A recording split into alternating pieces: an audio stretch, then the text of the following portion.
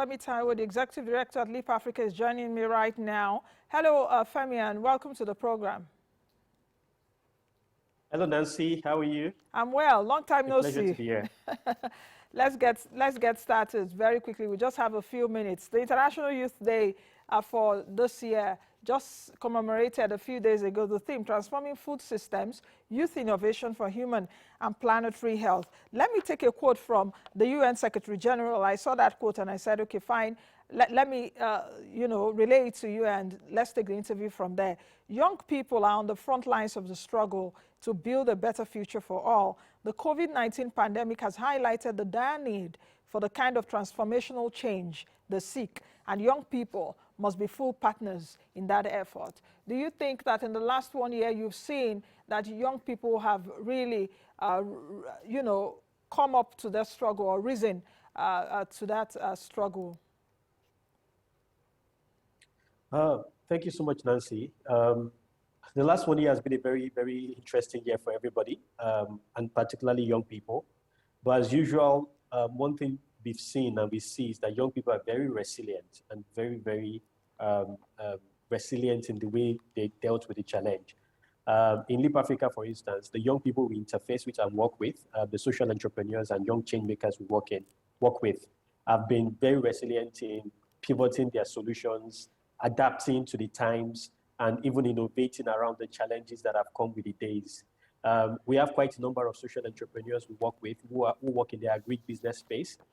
We've seen them not just increase their capacity, but we've also seen them also participate in solving some of the problems that came with the crisis, which includes food shortages and the likes. Okay, if we take a look at this data, and I must talk about this, that 1 in 6 jobless people across the world is a Nigerian young person. Yes, we have close to 2 million Nigerians being plunged into the job market every year. Apart from those that the NYSC produces every year, we have about close to 2 million Nigerians that are coming into the job market. How do you think that we can turn this curve, especially around the theme for this year? The president has said, produce what you eat what you produce. You're talking about social entrepreneurs. We're also seeing some young agripreneurs coming up. What do you think? The issue of unemployment is a very big challenge. And like you said, it's actually a big thing staring at us in the face right now as a country. And there are two sides to it. There's always the demand and supply side. On one hand, we need to upskill young people for the opportunities that exist in our days. We know for a fact that one of the biggest opportunities for job creation in our nation is in the agricultural sector. We also know that the creative sector, is one of the biggest opportunities we have to create more jobs and absorb more young people. And of course, the digital economy. So on one hand, I think let's start with the environment, the social, economic, and political environment. We need to get policies that would really unlock potential of potential job creators and not stifle entrepreneurship. So what I would say is that on that hand, there's very little you can do as a third sector organization or as a private sector organization if the policy framework or the environment that you work in is stifling and limiting. So one thing is we have to get policies right. And I think that the government of the day has a lot of work to do there. Case in point, in the last 24 hours, 48 hours, the whole youth ecosystem has been agog with the news of some certain fintech organizations' bank accounts being frozen. We've heard even some new policies that are being thrown around in terms of NIDA Act that are being pushed out there. So I would say policy would be our success or the death of us on one hand. Secondly, I've talked about how we need to upskill. A lot of people are doing quite a number of things to upskill young people. New things are being announced, new efforts by MasterCard Foundation, Jobberman. There was a recent coalition that was just formed with private sector and development organizations all about upskilling young people for employment and entrepreneurship. But the long and short is this: beyond government getting policies right, and they cannot even do that in isolation. They need to engage. They need to see private sector, young people, social sector as partners, and really drive engagement and participation for us to tackle that issue, from the root.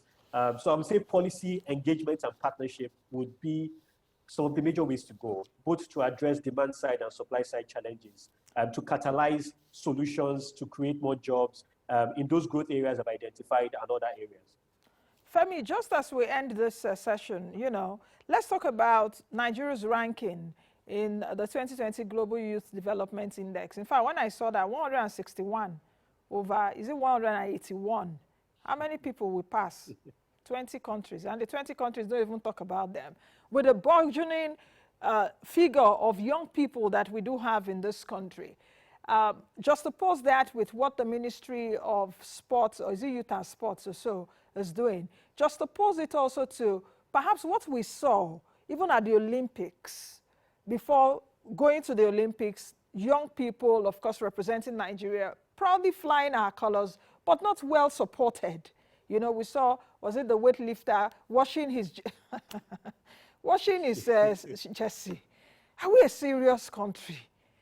So just suppose all of this, in line with the numbers, the ugly numbers coming out around youth development in the country. That's a very good question. That's a thesis. We should write a book about that. Very, very good question. So the Youth Development Index is an interesting index that literally just became more popular. And it's very important that we pay attention to that. Like you rightfully said, we're a youthful, young nation. Our median age is 18. 50% of us are below the age of 18. More than 65% of us are below the age of 30. So we have to pay attention to that. So one of the things I would say is to improve the Youth Development Index, there are quite a number of things that are being tracked. I like the lens. One lens I would want us to frame our youth development strategy from is the transition lens. The transition lens basically identifies 5 key areas that young people need to be supported and enabled to transition from youth age to adulthood.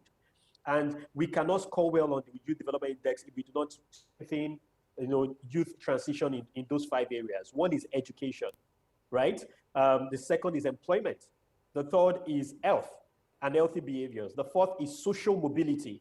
And the fifth is active citizenship. So obviously, if we want to improve the experience of being a young person in Nigeria, and by default, the outcome of the Youth Development Index, we need to strengthen education, from basic up until, post-secondary, TVET programs, quality 21st century skills opportunities, work-based learning opportunities. We need to tackle the employment challenge where we have over 33% unemployment. So healthy behaviors, talking about sexual and reproductive health, drug abuse and drug usage and healthy behaviors amongst young people, those are things to strengthen. Social mobility, the fact that young people can move out of their parents' house because they can access loan, access mortgage, access good jobs, move from being bottom of the pyramid to middle class, and finally, active citizenship, the fact that they can participate in the policy making and the decisions and put themselves out for elections and even allow their votes to count. Those are the major things that are being tracked. Okay. And like I said, this just means we have a lot of work to do. This scorecard just shows us we all have a lot of work to do as young people, as youth enablers, as private sector, as third sector, and very, very crucial and important, the centerpiece of it all, the public sector. Okay.